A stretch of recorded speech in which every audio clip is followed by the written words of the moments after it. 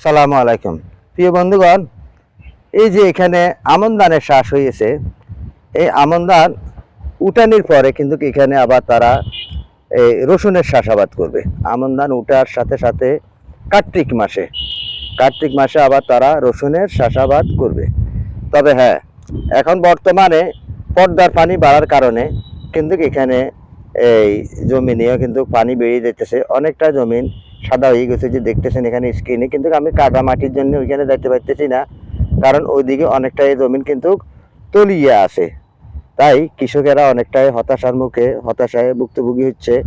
কারণ তাদের এই আমন ধান যদি তলিয়ে যায় কিংবা না হয়, তাহলে তারা আবার কিভাবে চাষাবাদ করবে? কারণ তারা অনেকটাই দণ্ডের মুখে পড়ে যাবে।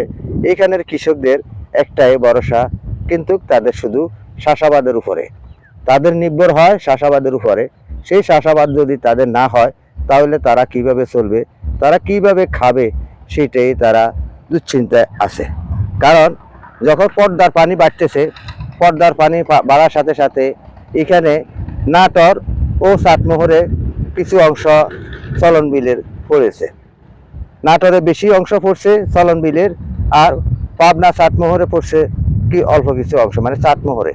তো এই চাটমোহরের মাধ্যমে এখন আমি যেখানে দাঁড়িয়ে আছি, এটা হলো উত্তর পূর্ব কর্নারে আমি দাঁড়িয়ে আছি।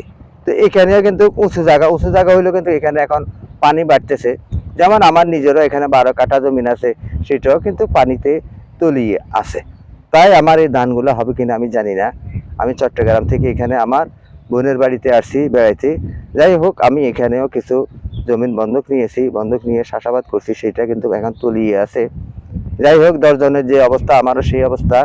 তাই এইখানের কৃষকদের জন্য আপনারা দোয়া করবেন, তারা যেন তাদের আমন ধানগুলো যেন ভালো থাকে, সুস্থ থাকে। কারণ কৃষক বাঁচলে তো আমরা বাঁচবো, কৃষকেরা চাষাবাদ না করতে পারলে আমরা খাবো কই থেকে?